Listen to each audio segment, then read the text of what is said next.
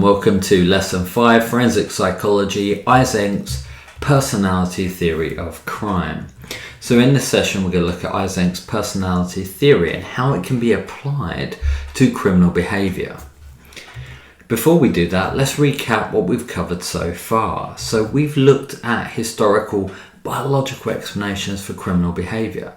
So people like Cizelle and Lombroso, who believe that the atavistic style singled out the criminal, that criminals belong to almost a separate species, they're evolutionary throwbacks. And you can detect this by looking at different features that they have on their face and head, as well as their bodies, with things like somatotypes. We've looked at the genetics of crime, so possession of certain genes such as the MAOA gene, which leads to higher levels of aggression with certain expressions of that gene, as well as how criminal behaviour might be inheritable. So we've looked at twin studies and family studies. We've also looked at neuronal explanations, how neurotransmitter levels can influence our behaviour and affect our risk at committing certain types of offences. So, Eysenck's theory of criminal personality. This is the first psychological theory, and it really consists of three elements. So according to Eysenck, your personality consists of extraversion, neuroticism, and psychoticism, or at least the criminal personality does. These are the dimensions we are concerned with. Extraversion, are you outgoing, positive, sensation seeking, but also prone to boredom? Neuroticism, are you prone to negative emotions? Do you have aggression, anxiety, depression, that sort of stuff? And then psychoticism, are you impulsive, egocentric? Do you lack empathy, and are you impersonal? These three dimensions, according to Eysenck, can predict some criminal behaviour. So we can measure some of these across these dimensions. So if we say like extraversion compared to introversion, well, there's a lot of positive traits. If you're stable, being an extrovert is really positive. However, the more neurotic you are, the more problematic your behaviour may become: touchy, restless, aggressive, and so forth. So links to criminal behaviour, how's it linked? Let's take boredom proneness. Extraversion is determined by the functioning of your central nervous system and your autonomic nervous system. So think about this. Extroverts generally have lower arousal. That means that their autonomic nervous system will engage in response to a threatening situation or a particular stimulus, but it will be less stimulated than someone with a normal working central and autonomic nervous system. This can lead extroverts to seek really extreme pleasures just to get the same level of arousal that you and I would get from ordinary activities. We might go to the movies and enjoy that. It's not enough for them. They've got to go to the theatre, they've got to see it, it's got to be loud, and stuff like that. Or we might ride on a roller coaster and get a thrill, but they've got to go on the biggest roller coaster imaginable. Just think about how boredom proneness might engage. Here's a clip from Train Spotting that we'll have a little watch of. Give me the gun. Give me the gun.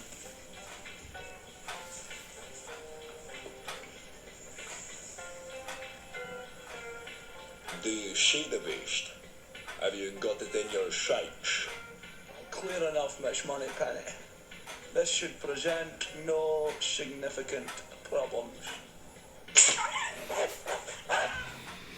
So if you've seen Train Spotting, it's well worth watching. A lot of criminal behaviour in there that can be analysed psychologically. But essentially these are drug addicts in Scotland who have a lot of time on their hands in between, buying drugs, taking drugs. They're bored a lot of the time, and they're lying around with an air rifle. They're just anti-socially shooting dogs, cats, pigeons, whatever. That shows you kind of how boredom could lead to that sort of arousal-seeking risk behaviour. And the opening scene of Trainspotting is brilliant. The opening scene is him running away from a shoplifting incident, and he's being chased by a guard. So it's all about this arousal seeking. Normal behaviour just doesn't happen. The dimension we're going to look at is neuroticism. So how can this lead to criminal behaviour? Well, this is linked to the central nervous system. With negative stimuli, in normal people, we experience negative stimuli and our autonomic nervous system. Let's say someone's critical, we might get slightly anxious and we feel a bit nervous and upset by it. But these people, their system goes into overdrive. They overreact to seemingly small situations. This is part of the reason why they're unstable, and they overact in situations that they perceive as threatening. Neurotics are more likely to suffer from disorders such as depression, so they will take an insult to heart and it will be something that they internalize, or anxiety disorders. What we'll do is we'll have a look at this little video here to show how a neurotic driver responds to what he perceives as a threat. Basically, someone driving too close to him behind his red VW. So he has some words for the driver. He's not a happy man at all. And this is his appropriate measured response to that behaviour. Now you can see that in aggressive, violent offenders, looking at them the wrong way could trigger this sort of overreaction. So there's a clear link here between especially violent crime and neuroticism. And then psychoticism, one of the chief elements here is impulsivity, not thinking before you act, almost acting on instinct. This is common in crimes of passion, violent assault, some types of rape, for example. You come home, you find your partner in bed with another man or another woman, and you fly off the handle. Psychoticism, impulsivity, and here's an example of that.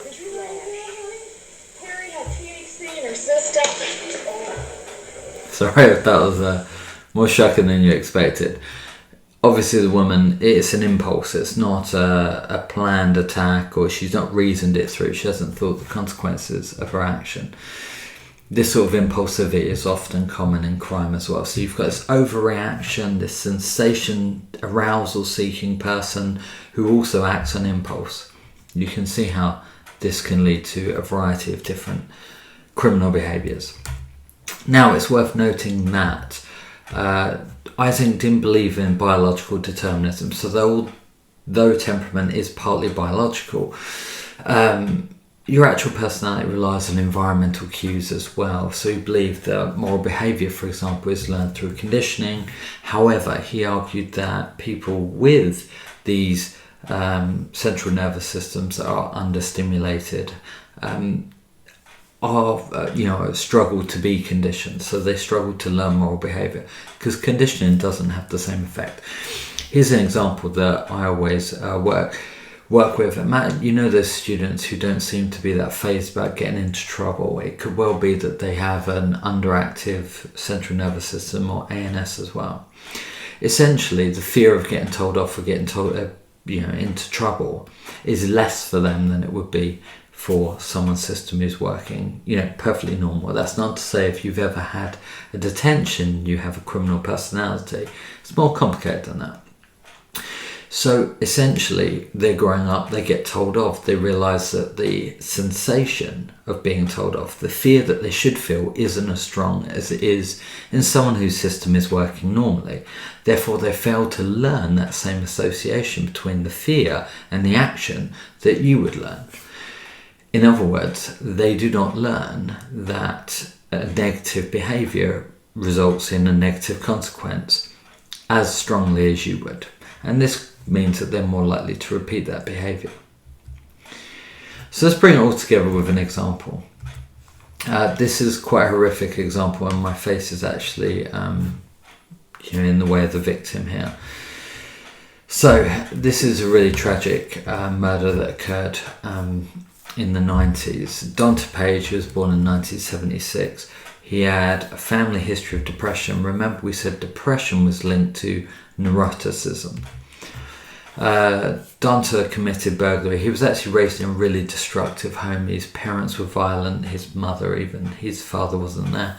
His mother was violent. She hit him. She used to punch him in the head. She whipped him with electrical cable. This bring it all together. For this theory to really be a useful theory, it should be able to explain real life crime. So let's apply it to a crime that occurred in the 90s. This is Dante's page. He was born in 1976. He had a family history of depression, and remember that depression was a key feature of neuroticism. Dante committed a series of crimes from a very young age. He was incredibly antisocial at school. He was violent, referred by teachers frequently for his aggressive outbursts. He was convicted of burglary from about the age of 16, as well as other property crimes. So this indicates low arousal of the central nervous system, high on extraversion, sensation-seeking behaviour, perhaps boredom proneness, which is why he's acting up in class. It's why he's engaging in these crimes. In 1999, he had just been released from prison, sentenced to 20 years. After a 4-year period, he was released and he was in a halfway house. Whilst in this halfway house, he attacked a fellow parolee, and the judge decided to send him back to prison to carry out the remainder of his sentence, which would have been 16 years. So we have this very violent, aggressive, neurotic, psychotic personality. Now here's where it gets really tragic. The day he was due to return to prison, he was waiting for a lift to the bus stop. He had 2 hours to kill, so he decided to burglarise a home nearby. This implies some impulsive behaviour, boredom proneness. Boredom proneness is just got to wait 2 hours. That's all. But no, he can't wait 2 hours. He's got to stimulate his nervous system, his autonomic nervous system in that time. The duplex that he burgled belonged to Peyton Tuthill, and she came home as he was burglarising her house. He beat her up in the first instance and asked her where her money was. She told him that the money was in the car, and gave him the keys, and he left to take the money. Once he retrieved the money, he actually re-entered the house. He chased her up the stairs. She was still there. He raped, and then he violently murdered her. Impulsive, aggressive, egocentric, the idea that he can just take whatever he wants, do whatever he wants to anyone without empathy or remorse. He actually said that he killed her because he just didn't like the screams. He just tried to shut up the screams. And you think, what sort of egocentric, aggressive monster would do this? Well, according to Eysenck, this type of personality. All the hallmarks are there with Dante's page, and he's a good case study for how a certain type of personality, which is partly formed biologically but also environmentally with his mum and his upbringing, can result in these sort of horrific personalities. So, further evidence, less harrowing, comes from twin studies and family research. So Zuckerman, for example, found correlations between monozygotic twins on extraversion and neuroticism. So this suggests that they are inherited traits, so they are mostly innate. But actually, with a 0.5 correlation, we're really only talking about 40% responsible of that variance responsible or caused by our genetics. The rest of it is environmental, and that sort of comes out in Dante Page's example.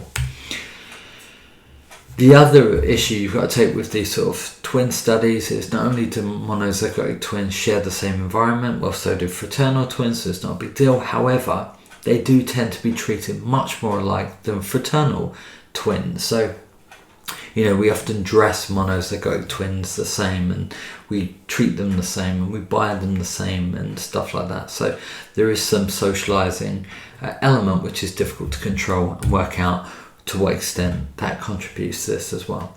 The other limitation is personality fixed? Are you born with it and then it's stuck? Michelle argued that actually extroverts, the reason why they remain extroverts throughout their life is because they keep engaging in extraversion style behaviours and activities. Actually, there's no reason why personality can't change based on your environment. The thing to consider is, are personality tests actually reliable at measuring personality? So questions frequently demand specific answers. So for example, if I ask you, are you very lively? Your response should hopefully be something like, well, depends. Depends on the context, who else is around me, the activity we're doing, and so forth. Another limitation is social desirability bias. Are you likely to answer, no, I'm very introverted, I don't like going outside my room? Even if it's true, you know socially that that has negative connotations. This wasn't a question on the Eysenck's Personality Questionnaire, EPQ, but imagine if it was. Are you deeply unpopular? Yeah, who's going to answer that as a yes, really? Evidence supporting the link between personality and offending behaviours. So we've got Dunlop. He carries out research showing that extraversion and psychoticism are good predictors of delinquency. Remember that delinquency is this sort of teenage antisocial behaviour. However, Van Dam found a much weaker association, and unlike Dunlop, he actually used young offenders.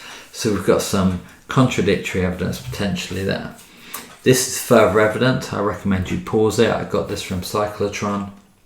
It's a great website. It's got lots of psychological information on there. Pause it, copy down the studies that you like, add them to your repertoire, and then continue on with the video. Superb. Great. Let's move on. So, correlation and variance. The thing with this is that Eysenck's personality theory is, first and foremost, a theory of personality and not crime. It's been applied to crime, but it does seem to fit. So we can say that it has face validity. And we saw that with Donta. Now, practical application for this might be that we can use it to intervene and actually prevent criminal behaviour in future, i.e. prevent criminal personalities from developing. Donta, for example, was actually referred 19 times by the time he was 18 by probation officers, by teachers for psychological therapy. And it was largely ignored by the state. So it shows that we can actually recognise some of these characteristics early on. But imagine if we could have got to him when he was 9 or 10 or 11 and he first started acting out at school or wherever it may have been. We could have potentially prevented a horrific tragedy. And there are many Donta pages out there. IDAs, we've got a gender bias, so the theory, it could be argued, is gender bias. Pause this if you want to take any of these. These are almost fully formed evaluation points. One of the issues is the different types of murder, for example. Yes, Donta is an example of a violent, horrific, sexually motivated, well, not motivated, but impulsive sexual murder. But women don't tend to commit murders in the same way. Women, for example, tend to be, calling it Catherine Watson, poisoners. And that requires different personality characteristics than just impulsivity and aggression. Cultural bias. There is a lot of cross-cultural research to support Eysenck. However, researchers like Bijnen argue that actually a lot of that research still results in cultural bias. That's a weaker point, by the way. Determinism, yes, it recognises environment and personality and to some extent biology, but it still largely says if you're unlucky and you have this environment and these biological factors, you're kind of doomed. You can't tell that you have this personality, you can't intervene on your own behalf. But the benefits of criminal profiling, though, we have to be careful with this because it can lead to, for example, stereotyping or discriminating against young people who just fit that criteria. So this is our overview. We've looked at extraversion, introversion, we've looked at psychoticism and neuroticism. We've shown how each could contribute to criminal behaviour, and we've looked at some of the research to support it. Hopefully you got something out of this video. Thank you very much for your time and for watching. If you have any questions, you know where to find me. Goodbye.